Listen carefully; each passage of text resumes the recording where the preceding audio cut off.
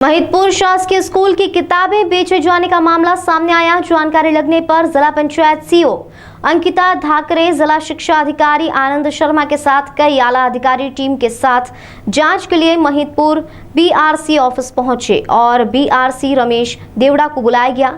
जांच करने पर पाया गया कि वितरण की जाने वाली क्रमांक 2 स्कूल में सुरक्षित रखी गई हैं।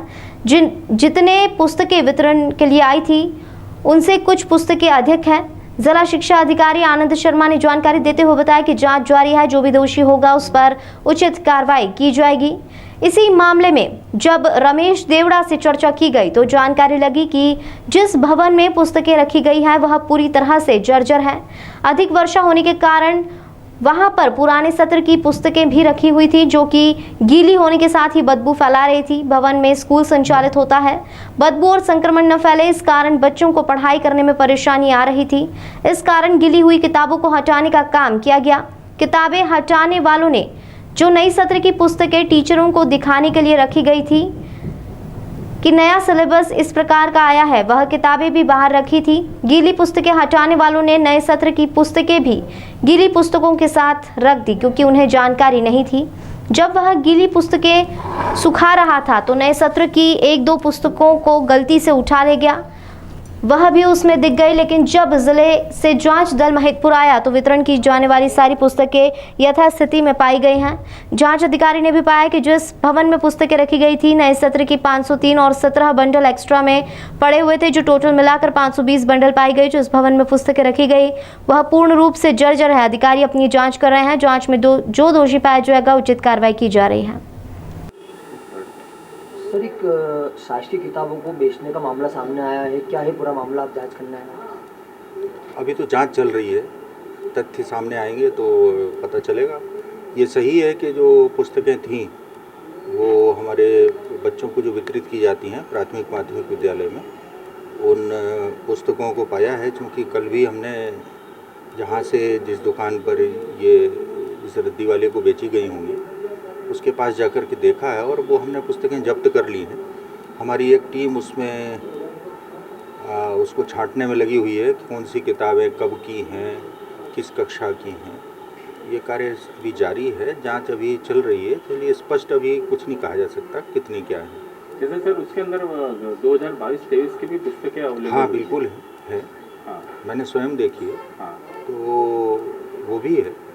अच्छा सर, एक सवाल मेरा और था कि जैसे भी आपने जांच दल आपका पूरा आया था, आला अधिकारी वगैरह सब आए थे, जहाँ पे पुस्तकें का जहाँ पे भंडारण किया गया वहाँ पे अगर आपने देखा गया कि जिस जगह पे जिस कक्ष के अंदर एक पुस्तक का भंडारण किया गया वो कक्ष पूरी तरीके से जीर्ण शीर्ण हो रहा है। और ये तो आज तो फिलहाल में ये कंडीशन है कि वहाँ पे किताबें रखी गई। इसके पूर्व में एक बार मेरे द्वारा न्यूज़ भी चलाई गई है जहाँ पे वहाँ पे क्लास के अंदर बच्चे बैठे थे और आज दिनांक तक उस पर कोई कार्रवाई नहीं की गई।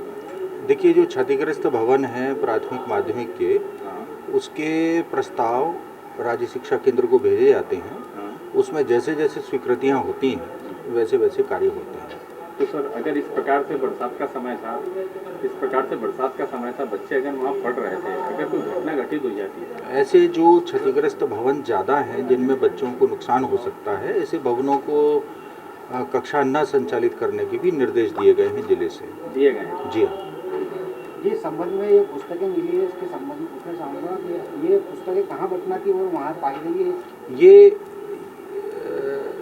सीधे टीबीसी से किताबें ब्लॉक स्तर पर आती हैं और ब्लॉक से संकुल में जाती हैं। ये ऑनलाइन डिस्ट्रीब्यूशन होता है, वही हम लोग उसका परीक्षण कर रहे हैं। उसमें थोड़ा समय लगेगा। कितनी किताब इनको प्राप्त हुई, इन्होंने कितनी बांटी, फिर कितनी स्कूल में गई, तो पूरा आकलन किया जा रहा है। आगे क्या कार्रवाई की जाएगी? इस तरह के शासकीय जो पुस्तकें बेचने का मामला सामने आया तो इसमें क्या कार्रवाई आगे होगी? इसमें जो भी वैधानिक कार्रवाई होगी वो की जाएगी। एफआईआर भी शासकीय संपत्ति की पुस्तकों बेचने की एफआईआर भी दर्ज हो सकती है? ये तय हम आप नहीं करते, ये कानून तय करता है कि क्या कार्रवाई होगी। वही क्या इसमें दर्ज की जाएगी कार्रवाई? ये तो पूरा विषय जब स्पष्ट हो जाएगा तभी कह पाएंगे ना क्या कार्रवाई होगी। अच्छा, अभी इसी विषय कल सर जो एक मामला आया था पुस्तक बेचने के मामले में, जिसके चक्कर में आला अधिकारी वगैरह सब उज्जैन से आए थे और जांच दल की पूरी टीम ने यहाँ पे जांच की। अब उसके बारे में मैं आपसे जानकारी चाहूँगा।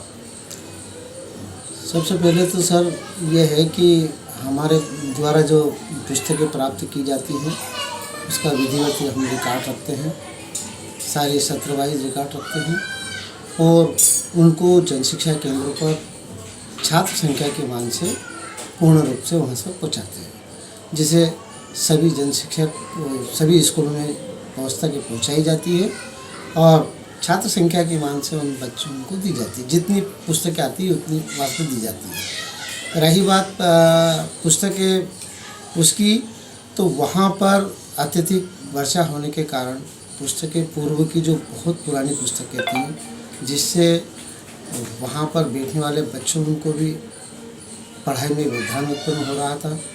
मुझे शाला के शिक्षक द्वारा भी ये कहा गया है कि सर हमारे पास बैठने की व्यवस्था नहीं है, कृपया करके इन पुस्तकों को वहाँ से हटवा दीजिए। मैंने उन पुस्तकों को वहाँ से हटवाया और वो अत्यधिक गीली और मतलब ख़राब हो गई थी वो, और उसको अलग करके रखा मैंने। और उसको उसके बाद भी वो स्थान नहीं हो पाया तो वहाँ से मैंने हटवा दी पुस्तकें। अच्छा, जानकारी ये लगी थी कि वो पुस्तकें अत्यधिक बदबू भी मार रही थी। जी सर सड़ गई थी, वो पुरानी पुस्तकें थी, वो सड़ गई थी। अच्छा, ये जो पानी जो रिसने का कारण क्या वो जर्जर भवन था क्या? वो भवन जो है ना जर्जर भवन है, उसको क्षतिग्रस्त श्रेणी में भी लिया गया है, जिसे पूर्व में भी सूचना दी जा चुकी है और इंजीनियर द्वारा डिस्मेंटल भी उसको किया जाने की वहाँ पे कार्रवाई की है।